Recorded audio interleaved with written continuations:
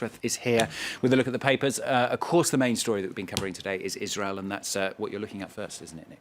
Hi to you, Stuart. And I've been hearing that the Israeli military have revoked special permits for Palestinians to travel into the country. This, of course, in the context of that violence in Tel Aviv. 2 Palestinian gunmen killed 4 Israelis. Several others are injured. Now, the Times of Israel there, you can see with its headline, is saying, in just a few minutes, the gunmen dressed in suits and ties shattered the Israelis' hope a wave of terror had ended. Now, that report is saying that the bartender at Max Brenner's, the restaurant that was targeted in the Sarona market in Tel Aviv, said when the 2 guys came in to order milky fudge brownies, they looked like lawyers. Moments later, they opened fire. Now, the last line of that piece is, of course, very worrying. Is this the beginning of a bloody Ramadan? Let's turn to the Jerusalem Post, which has an analysis on its front page saying there's no such thing as a hermetic defense. It reports that security forces have foiled an increasing number of attempts at shootings and bombings in recent months.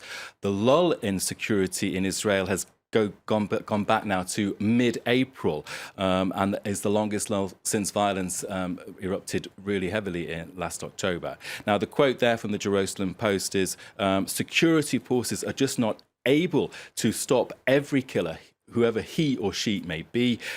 In the case of cells made up of 2 terrorists, such as the one here in Tel Aviv, not backed by a larger organisation, it's really almost impossible, far harder to detect in time.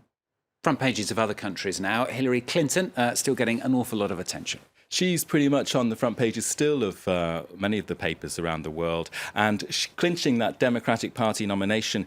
She's broken a glass ceiling. That's what she said herself. And papers are focusing on the nastiness she could face when she actually gets up there above that glass ceiling with none other than Donald Trump. As there you can see in the Miami Herald's cartoon, he's digging the dirt, isn't he? The 2 of them have plenty of mud to wrestle in terms of horribleness. There the list is fiction, slander, lies, distortion, and so on. Lots of the buzz in the States and the US press about is who is going to run as VP along with Hillary Clinton.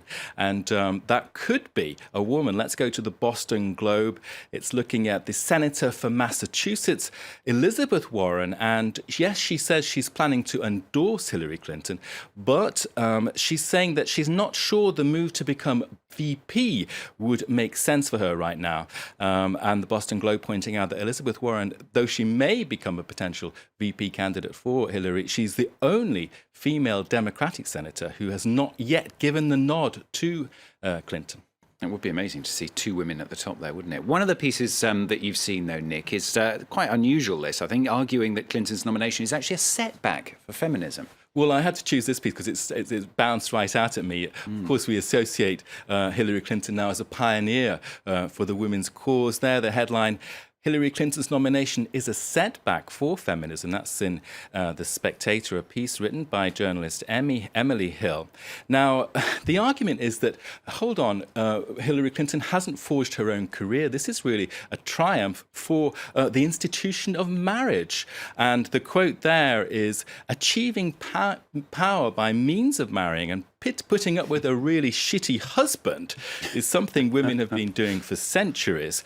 And of course, the message in that piece is Hillary should never have stood by her man. She should have divorced him during the Monica Lewinsky scandal and acquired a clear set of political principles and made it on her own. So a fascinating piece. One piece to read today, that's the one to read, because it's just totally unexpected. Yeah, different way of looking at it, I suppose. We see the war of the sexes there. Nick, you found another paper warning that the great clash of our times is actually the war of the generations.